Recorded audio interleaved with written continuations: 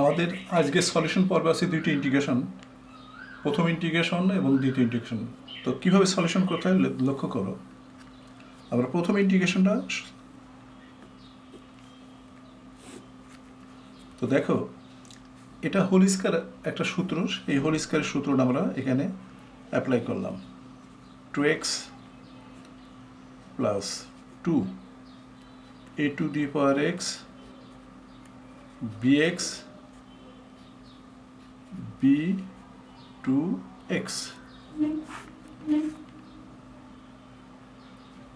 তারপর দেখো a to the power x b to the power x dx। এখন আমরা যে কাজটা করব, এই হরকে প্রত্যেকটা লবের সাথে আমরা বিভক্ত করে দিলাম।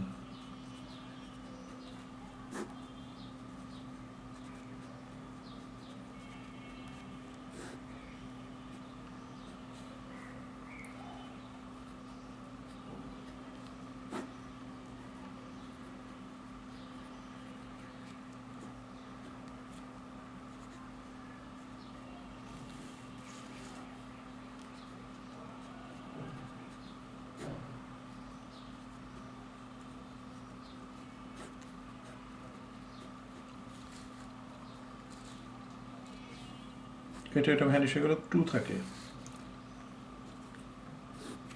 দেখো পাওয়ার 2 আছে আর এখানে পাওয়ার এক্স আছে, তাহলে উপরে শুধু একটা পাওয়ার এক্স থাকবে আর নিচে bx পাওয়ার এক্স থাকবে।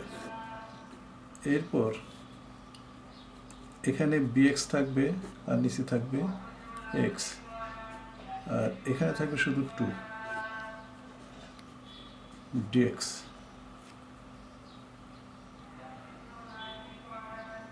এরপর a by b power x b by a power x plus 2।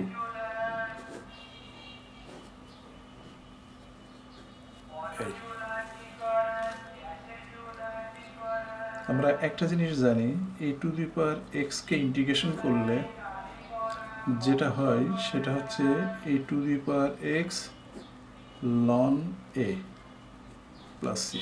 এটা তো এই সূত্র আমরা এখানে অ্যাপ্লাই করব।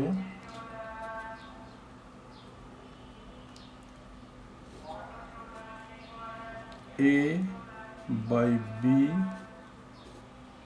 পাওয়ার এক্স বাই লন a বাই বি, ঠিক এটাও তাই।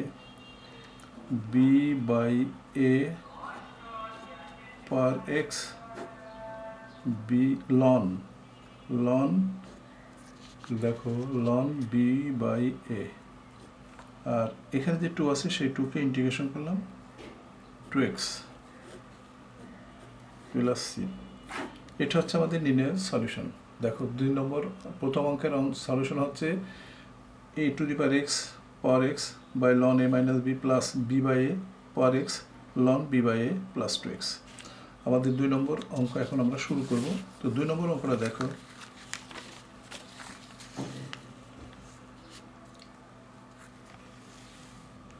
এই যে 2 নম্বর অঙ্ক। 2 নম্বর অঙ্কের সলিউশন কিভাবে করতে হবে দেখে নাও। এই যে সেক এক্স আছে, রুট সেক এক্স, সেই জন্য এটাকে আমরা 1 বাই কস এক্স করে নিলাম। Cos x minus 1 dx. এটাকে আমরা লসাগু করছি। দেখো লসাগু করলে হচ্ছে 1 মাইনাস কস এক্স নিচে কস এক্স রুট ডিএক্স। দেখো আমরা লসাগু করছি। এখন যে কাজটা করছি সেটা হচ্ছে এরকম, 1 minus cos x root 1 plus cos x root by নিচে এক্সের পরে কস এক্সের পর root 1 plus cos x root d x. এখানে যে কাজটা করা হয়েছে, লব ও হরের সাথে, দেখো লব ও হরের সাথে 1 প্লাস cos x দ্বারা গুণ করে নেওয়া হয়েছে। তো এখন এটা গুণ করলে কি হয়, 1 মাইনাস cos স্কয়ার এক্স, এটা হলো। আর এটার সাথে গুণ করলে cos x plus cos square x d x. অঙ্কটা এইভাবে দাঁড়িয়ে যায়। এখন দেখো এটা হলো সাইন স্কয়ার এক্স রুট, এটা cos x plus cos square x d x. তো এটা আমরা এই যে স্কোয়ার, সাইনের পর যে স্কোয়ার আছে এটা তুলে দিলে শুধু সাইন এক্স থাকে, সাইন এক্স, আর নিচে থাকে cos x plus cos square x, আর এখানে ডিএক্স এটা থাকে। এখন আমরা ধরে নিতে পারি যে cos x সমান জেড, অতএব মাইনাস সাইন এক্স ডিএক্স সমান ডিজেড, এটা হয়। তো এই মানগুলো আমরা এখানে বসিয়ে দিই। তো যেহেতু আমাদের এখানে মাইনাস ছিল, তো মাইনাস ডিজেড হবে, সেই মাইনাস সাইন এক্স ডিএক্স এর বদলে মাইনাস ডিজেড, মাইনাসটা বাইরে নিলাম, এখানে আমরা ডিজেড বসাচ্ছি, আর নিচে জেড প্লাস জেড স্কয়ার হয়। তারপর দেখো ডিজেড, এইটাকে আমরা হোল স্কয়ারের নিয়মে সাজিয়ে নিলাম, 1/4 মাইনাস 1/4 রুট। তারপর দেখো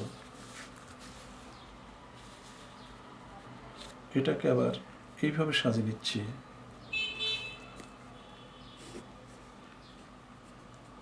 DZ z plus half whole square, আর এই 1/4টাকে আমরা দেখো 1/4 ছিল, 1/4টাকে 1/2 হোল স্কয়ার করলাম, এই কিন্তু রুট থাকছে। তো এর একটা সূত্র আছে, সেই সূত্রটা আমরা এখন তোমাদেরকে দেখাচ্ছি, লন জেড প্লাস হাফ প্লাস আদি সংখ্যাটা, অর্থাৎ যেটা ছিল প্রথমে সেটা আমরা লিখে দিলাম। এটা হচ্ছে আমাদের নির্ণয় সলিউশন। দ্বিতীয় অঙ্কের সলিউশন হচ্ছে এটা। এখন জেডের মান আমরা জানি cos x, সেই cos xটা বসাচ্ছি। দেখো এখানে cos x plus half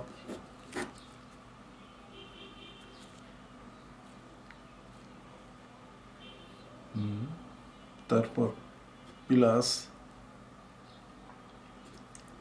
cos x plus cos x square x plus C.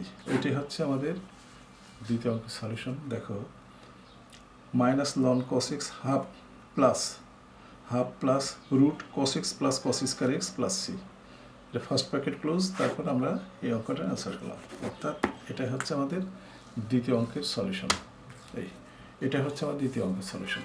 তো আজ এ পর্যন্তই।